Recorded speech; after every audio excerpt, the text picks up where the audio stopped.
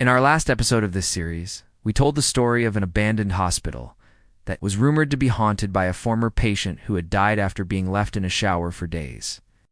Now, while we didn't personally experience anything too terrifying during our investigation, there are plenty of stories about this place that definitely gave us goosebumps. And it's not just about the alleged ghost either. Something strange happened during our visit that I didn't mention because I wanted to save it for this video. But before we get into it, let's talk a bit more about the history of the Danvers State Hospital.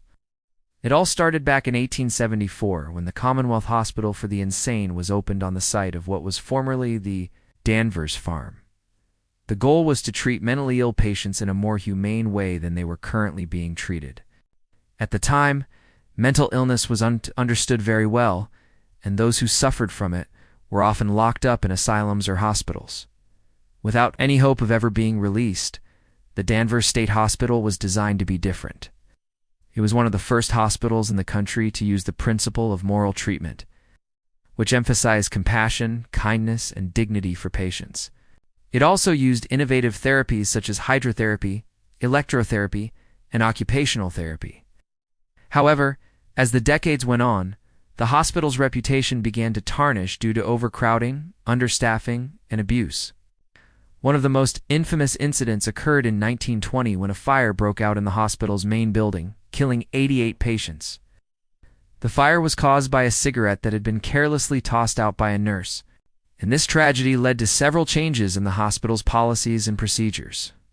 But it also left a dark stain on its history. By the 1990s, the hospital was nearing its breaking point. It was severely underfunded, outdated, and no longer meeting the needs of the patients it was supposed to be helping. As a result, the decision was made to close the hospital and move its remaining patients to other facilities. Since then, the campus has sat mostly empty, with a few buildings being demolished and the rest falling into disrepair. Now, before we go any further, I should probably mention that I'm not usually one for ghost stories or anything supernatural. I tend to think that there's always a logical explanation for everything, even if we don't know about it yet. However, I have to admit that some of the things that happened during my visit to the Danvers State Hospital were a little unsettling. For example, I kept hearing this strange noise throughout the hospital, like someone walking around on the floor above me. But when I checked, no one was there. I also noticed that certain objects seemed to move or disappear, like the lead box in the basement. There were also strange electromagnetic fluctuations captured on our EMF reader, which is a device used to detect changes in the electromagnetic field. These types of fluctuations can sometimes be caused by electrical interference.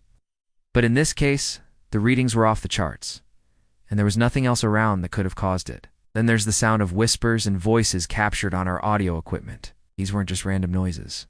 They sounded like actual voices, saying things that made sense. For example, at one point I heard someone say, "What did I do?" Another time I heard a woman's voice saying, "Don't come in here." Now I do want to jump to the conclusion that these sounds were actually voices from beyond the grave. After all, it is possible that there are other explanations. Perhaps the voices were coming from another room, or maybe they were part of a recording that had been left behind. I'm sure some of you will say that's nonsense, and that the only logical explanation is that the spirits of the former patients are still lingering here. I'll let you be the judge of that. Here are the audio clips I mentioned. I haven't edited them in any way so you can hear for yourself what was going on. Maybe you can make sense of it better than I could. But the weirdest thing that happened during our visit was in the basement. You see, when we arrived at the hospital, I had brought along a flashlight with me, but I ended up leaving it in the car because the hospital was so well lit by natural light. That flashlight was a nice one too. It was black with a bright white beam that was perfect for exploring dark places. When we were done exploring and it was time to go, I went back to the car to grab the flashlight, and that's when I realized it was missing. I searched the entire car, but it was nowhere to be found. I was sure I had left it in the car, but now it was gone. I thought maybe I had accidentally left it in one of the rooms on the hospital floor, so we went back up there to look for it. We checked every room we had been in, but the flashlight was nowhere to be seen. At this point, I was starting to panic. I knew I hadn't brought it with me when I went to the bathroom, but how could it have disappeared? We checked the bathrooms too, but no luck. Then we went down to the basement. It was a long shot, but maybe I had dropped it somehow and it rolled into a corner or something. As we were searching, we found a room that looked like it might have been used for storage. And in the corner of that room, tucked away behind some boxes, was my flashlight. It was exactly where I had left it. I couldn't believe my eyes.